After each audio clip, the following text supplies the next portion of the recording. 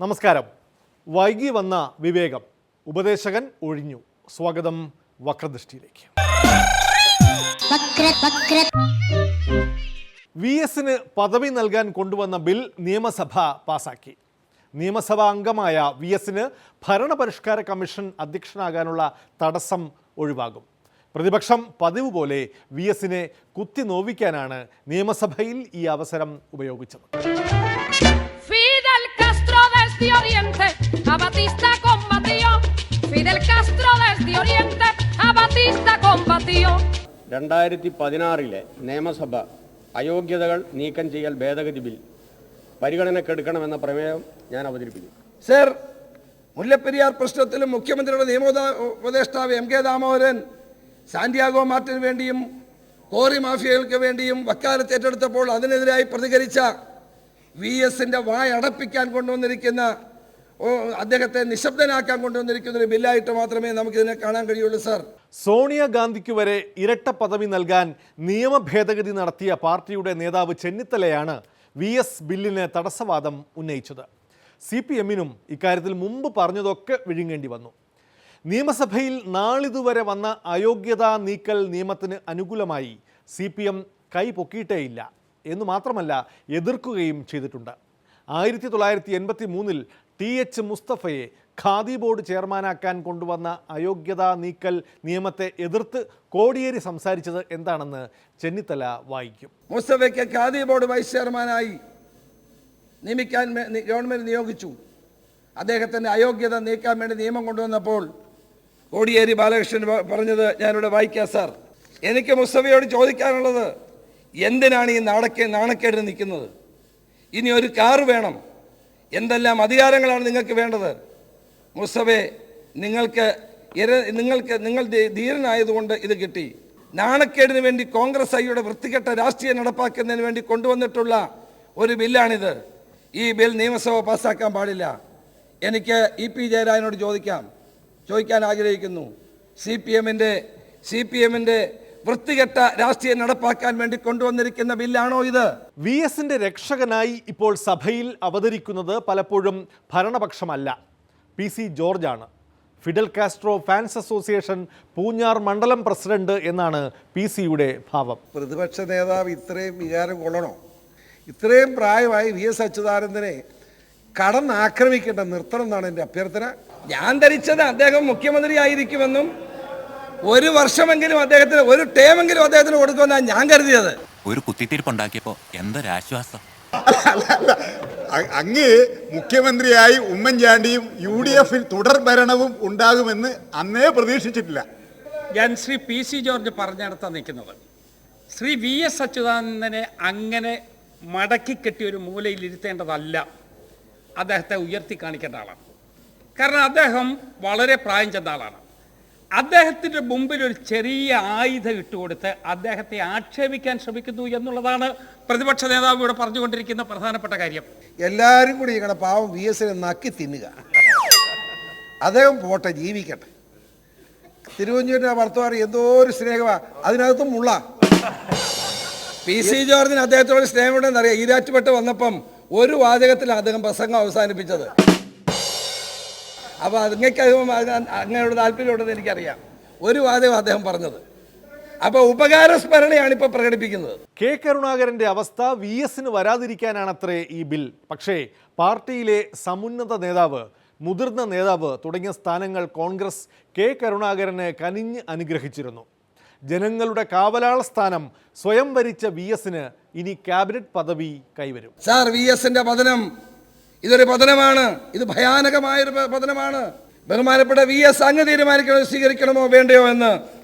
ഈ അങ്ങേ നാളെ ചരിത്രം അധികാര ദുർമോഹിയും പദവിയോടുള്ള കടുത്ത ആഗ്രഹമുള്ള ആളായും നാളെ വിധി എഴുതാതിരിക്കട്ടെ എന്നാണ് എനിക്ക് പറയാനുള്ളത്.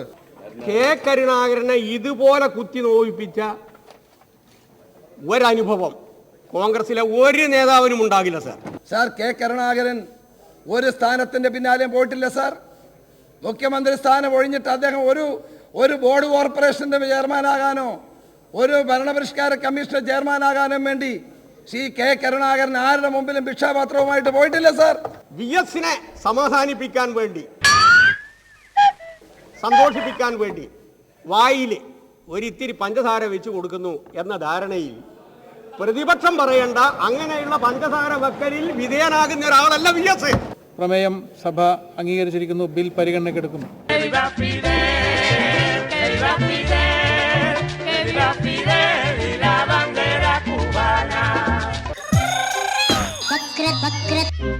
VS-ന്റെയും കുഴിയടയ്ക്കൽ മന്ത്രി ജി സുധാകരൻ്റെയും ജില്ലയായ ആലപ്പുഴയിൽ റോഡിലെ കുഴി അടയ്ക്കാത്തതിൽ പ്രതിഷേധിച്ച് ഒരു സമരം നടന്നു.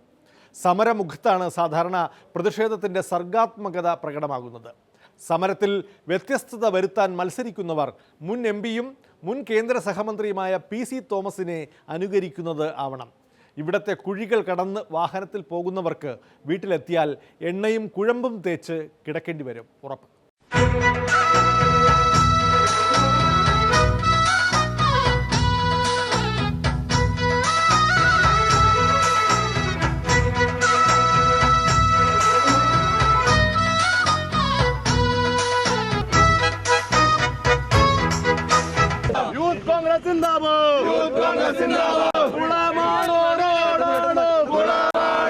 ഓലത്തുമ്പത്തിരുന്നുയലാടും ചെല്ലപ്പൈങ്കിളി എന്റെ ബാലഗോപാലനെ എണ്ണ തേപ്പിക്കുമ്പം പാടടി വെള്ളം കോരിക്കുളിപ്പിച്ച് കിന്നരിച്ചോമനിച്ചയ്യ എന്റെ മാരിപ്പാളുങ്കിപ്പം രാജപ്പൂ മുത്തായി പോയടി. വളരെ அப்பா எங்க அப்பா காட்டிலே விளையாடி நடந்த மயிலை வலையில்லாம பிடித்து தீனும் தினையும் கொடுத்து நீரும் நெருப்பும் கொடுத்து பாச நேசம் கொடுத்து ஊரறியாம உலகறியாம அன்புக்கு பின்பே அன்பு படாம கண்டம் துண்டமா வெட்டி களத்தின போட்டு வாற்றிருந்தாக்கும் இது சுத்தமான மயிலெண்ணெய். இதில் மாயமில்லை, மந்திரமில்லை, கள்ளமில்லை. சர்க்கஸுகாரனுக்கும் அபியாசிகளுக்கும் மிகவும் தேவை. உங்க உடம்பில் எலும்புகள் பிளாஸ்டிக் மாதிரி வளைவதற்கு சுத்தமான மயிலெண்ணெய் தேவை. மயிலெண்ணெய், இது மயிலெண்ணெய். നീ ഇച്ചിരി എണ്ണയും കൊണ്ടൊഴിച്ചേ, പെട്ടെന്നൊഴി.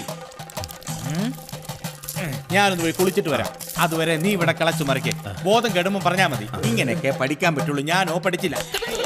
ഇത് റിപ്പീറ്റ് ചെയ്തോളൂ. റോഡുകൾ അത്രത്തോളം ശോചനീയമാണ്. കുണ്ടും കുഴിയും എല്ലാം നിറഞ്ഞ് സ്പ്രിങ്ങും പ്ലേറ്റും എല്ലാം ഒടിഞ്ഞും യാത്രക്കാരുമായി ദിവസവും വഴക്കുണ്ടാകുന്ന ഒരു സാഹചര്യമാണ് ആലപ്പുഴയിൽ നിലനിൽക്കുന്നത്. പല രീതിയിൽ പരാതിപ്പെട്ടിട്ടും പരാതിയെല്ലാം കേൾക്കുന്നതല്ലാതെ കുഴിയടയ്ക്കുന്ന ഒരു പ്രവർത്തനം പോലെ ഇങ്ങനെ നടക്കുന്നുണ്ടെന്നുള്ളത് ശരിയാണ്. പക്ഷേ അതൊന്നും ഫലപ്രാപ്തിയിലെത്തുന്നില്ല. അടയ്ക്കുന്ന കുഴികൾ 2 ദിവസം കഴിയുമ്പോൾ ഒരു മഴ പെയ്ത് കഴിയുമ്പോൾ വീണ്ടും അതിനേക്കാൾ വലിയ പെരുംകുഴികളായി മാറുന്ന ഒരു സാഹചര്യമാണ് ഇന്ന് നിലനിൽക്കുന്നത്. ഓലത്തുമ്പത്തിരുന്നുയലാടും ചെല്ലപ്പൈങ്കിളി എന്റെ ബാലഗോപാലനെ എണ്ണ തേപ്പിക്കുമ്പം പാടടി.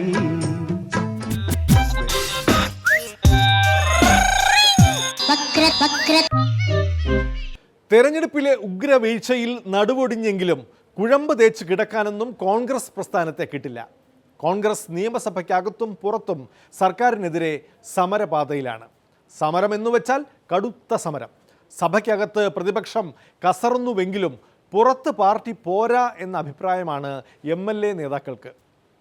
പച്ചക്കറി വിത്തുവിതരണം, മദ്യവിരുദ്ധ ബോധവൽക്കരണം, ഖാദി പ്രചാരണം, ചർക്കയിൽ നൂൽക്കൽ, സ്വദേശി പ്രസ്ഥാനം തുടങ്ങിയ അതിശക്തവും എണ്ണമറ്റതുമായ പ്രവർത്തനങ്ങളാണ് ദിവസവും KPCC സംഘടിപ്പിക്കുന്നത്.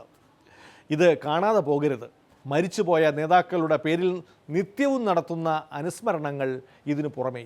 3 നേരം കഞ്ഞി കുടിക്കാൻ നിവൃത്തിയില്ലാത്ത, ഉടുതുണിക്ക് മറുതുണിയില്ലാത്ത, ഒരു ദിവസം 3 ദിനേശ് പീടി പോലും തികച്ചു വലിക്കാൻ കഴിവില്ലാത്ത, ജനങ്ങൾ കുടിവെള്ളം ചോദിച്ചാൽ ചെളിവെള്ളം കൊടുക്കുന്ന ഈ ഭരണകക്ഷിക്കാരെ ചൂലുകൊണ്ട് അടിച്ചിറക്കണം. ഇവറ്റകൾ അധികാരത്തിൽ വന്നതിന് ശേഷം പുരോഗതിയെല്ലാം പിന്നോട്ടാണ്. പിന്നോട്ട് പിന്നോട്ട് പിന്നോട്ട്. ഈ പിന്നോട്ട് പോക്കിനെ പറ്റി ജനങ്ങളെ ബോധ്യപ്പെടുത്താൻ ഞങ്ങൾ ഇതാ ജനപിന്നോക്ക യാത്ര ആരംഭിക്കുകയാണ്. മാർച്ച് ജനപിന്നോക്ക യാത്ര, ജനപിന്നോക്ക യാത്ര, ജനപിന്നോക്ക യാത്ര. 57-58 ദിവസങ്ങൾ കൊണ്ട് ഇത്രയും ജനവിരുദ്ധമായ തീരുമാനങ്ങളെടുത്ത, ജനദ്രോഹപരമായ തീരുമാനമെടുത്ത ഇതുപോലൊരു ഭരണകൂടം ഇതേവരെ ഉണ്ടായിട്ടില്ല. ഇങ്ങനെയൊക്കെ ഞങ്ങൾ നിയമസഭയിൽ ശക്തമായിട്ട് കാര്യങ്ങളൊക്കെ ഞങ്ങൾ പറയാറുണ്ട്. പക്ഷേ മുൻകാലങ്ങളിലൊക്കെ 9 പേര് കെ കരുണാകരൻ്റെ നേതൃത്വത്തിൽ അന്ന് അസംബ്ലിയിൽ പറഞ്ഞ കാലത്ത് അതൊക്കെ പുറത്ത് ഏറ്റെടുത്ത് നടത്താനുള്ള സംവിധാനം പാർട്ടിക്കകത്തുണ്ടായിരുന്നു. ഇവിടെ ഒരു രാഷ്ട്രീയ പാർട്ടി ചെയ്യേണ്ടതായ എല്ലാ കാര്യങ്ങളും വളരെ വളരെ ഫലപ്രദമായി സമയോചിതമായി ഏറ്റെടുത്ത് മുന്നോട്ട് പോകാൻ പ്രത്യേകമായ നിഷ്കർഷ വെച്ച് പുലർത്തിയിട്ടുണ്ട്. ഇന്നിപ്പോൾ ഞങ്ങൾ വെറുതെ അവരുടെ ശത്രുത വാങ്ങിക്കുന്നുണ്ട്. അതിൻ്റെ പുറത്താണെങ്കിൽ നടക്കുന്നുണ്ട് ഒരു എന്താ പറയുക ഒരു പ്രതീകാത്മകമായിട്ടുള്ള കുറേ സമരങ്ങൾ നടക്കുന്നുണ്ട്. നിയോജകമണ്ഡലം അടിസ്ഥാനത്തിൽ സമരം നടത്തി പെട്രോളിൻ്റെയും ഡീസലിൻ്റെയും വില അന്തർദേശീയ ഇന്ധന വിലയ്ക്ക് ക്രൂഡ് ഓയിലിനനുസരിച്ച് കുറയ്ക്കണമെന്ന് ആവശ്യപ്പെട്ടുകൊണ്ട് വളരെ വിപുലമായ വിജയകരമായ സമരമാണ് നടത്തിയത്. കഴിഞ്ഞ ദിവസം സെനറ്റ് ഹാളിൻ്റെ മുമ്പിൽ ഞങ്ങളൊരു പ്രതിഷേധം നടത്തി തിരുവനന്തപുരത്ത്. മുൻ മുഖ്യമന്ത്രി ശ്രീ ഉമ്മൻചാണ്ടിയും പ്രതിപക്ഷ നേതാവ് രമേശ് ചെന്നിത്തലയും ഞാനും ഉൾപ്പെടെ മൊത്തം 100 പേരുണ്ട്. തിരുവനന്തപുരം ജില്ലയിലെ DCC ജനറൽ സെക്രട്ടറിമാർ മാത്രം 145 ഉണ്ട്. അപ്പോൾ ഭാരവാഹികളൊക്കെ ഉണ്ട്. ഈ ഭാരവാഹികൾ വന്നാൽ തന്നെ നമുക്ക് നല്ല സമരം നടത്താനുള്ള ആളുണ്ട്. പലപ്പോഴും പരിപാടികൾ കൂടുന്നു എന്നൊരു ഒരു ഒരു നിർദ്ദേശമാണ്, അഭിപ്രായമാണ് ചില പ്രവർത്തകരും ചില ഉത്തരവാദപ്പെട്ടവർ തന്നെ കാണിക്കാറുള്ളത്. നടക്കുന്നുണ്ട് ഒരു എന്താ പറയുക ഒരു പ്രതീകാത്മകമായിട്ടുള്ള കുറേ സമരങ്ങൾ നടക്കുന്നു. മാർച്ച് ജനപിന്നോക്ക യാത്ര, ജനപിന്നോക്ക യാത്ര, ജനപിന്നോക്ക യാത്ര. സഭയ്ക്കുള്ളിൽ മൂർച്ച പോരാ എന്ന അഭിപ്രായം പാർട്ടിക്കുമുണ്ട്. മുഖ്യമന്ത്രിയുടെ നിയമോപദേശകൻ ലോട്ടറി മാഫിയയ്ക്കു വേണ്ടി ഹാജരായ വിഷയം സഭയ്ക്കുള്ളിൽ മൂപ്പിച്ച് ഒരു വോക്കൗട്ടെങ്കിലും നടത്താൻ പ്രതിപക്ഷം തയ്യാറാവേണ്ടതായിരുന്നു. പകരം മറ്റൊരു സബ്മിഷനോട് ചേർത്ത് ചില പരാമർശം മാത്രം. പ്രതിപക്ഷത്തെ പലരുടെയും ഉപദേശകൻ കൂടിയാണ് മുഖ്യമന്ത്രിയുടെ ഉപദേശകൻ. അതെന്തുകൊണ്ട് സംഭവിച്ചു എന്ന് എനിക്കറിയില്ല. ഏതായാലും ഇതേ സംബന്ധിച്ച് ഞാൻ ബന്ധപ്പെട്ട ജനപ്രതിനിധികളുമായി പാർട്ടി സുഹൃത്തുക്കളുമായി ആശയവിനിമയം നടത്തുന്നുണ്ട്. പിന്നെ ആ പ്രവർത്തനങ്ങൾ അവരുമാരുടെ പ്രവർത്തനങ്ങൾ സ്വാഭാവികമായി പാർലമെൻ്ററി പാർട്ടി കൂടി വിലയിരുത്തും. പാർട്ടിയും അതേ സംബന്ധിച്ച് അവരുമായി ചർച്ച ചെയ്ത് സഭയ്ക്കകത്തും പുറത്തും ഓരോ സന്ദർഭങ്ങളിലും ഇടപെടേണ്ട സന്ദർഭങ്ങളിൽ ഫലപ്രദമായ ഇടപെടൽ നടത്തി ജനങ്ങളുടെ പ്രതീക്ഷയ്ക്കനുസരിച്ച് മുന്നോട്ട് പോകുക എന്നുള്ള ആ ലക്ഷ്യം നേടിയെടുത്ത് അതിനുവേണ്ടി നിലകൊള്ളും. കുറ്റം പറയരുതല്ലോ. പുറത്ത് ഇക്കാര്യത്തിൽ ആഞ്ഞടിച്ചത് സുധീരൻ തന്നെ. രമേശും സതീശനും എല്ലാം പ്രതികരിച്ചു. ചില കേസുകൾ ഐസ്ക്രീം പോലെ അലിഞ്ഞില്ലാതാവാൻ ഉപദേശകരുടെ സഹായം വേണ്ടവർ പ്രതിപക്ഷത്തുമുണ്ട്. സർക്കാർ മാറിയിട്ടും കേസിലെ നിലപാട് മാറാത്തത് ഇതുകൊണ്ടാണ്. അത്ര അടിയന്തര പ്രാധാന്യം ഇല്ലാതായതും അതുകൊണ്ട് തന്നെ. വിവരാവകാശ തല്ല് തുടരുന്നു. ഇടവേളയ്ക്ക് ശേഷം. ഭരണാധികാരിയുടെ വേഷമണിഞ്ഞപ്പോൾ രഹസ്യങ്ങളുണ്ടായി. അത് മറച്ചു വയ്ക്കാനുള്ള ജനാധിപത്യ വിരുദ്ധമായ നീക്കമാണ് സാർ ഇപ്പോൾ പുറത്തു വരുന്നത്. രഹസ്യമായി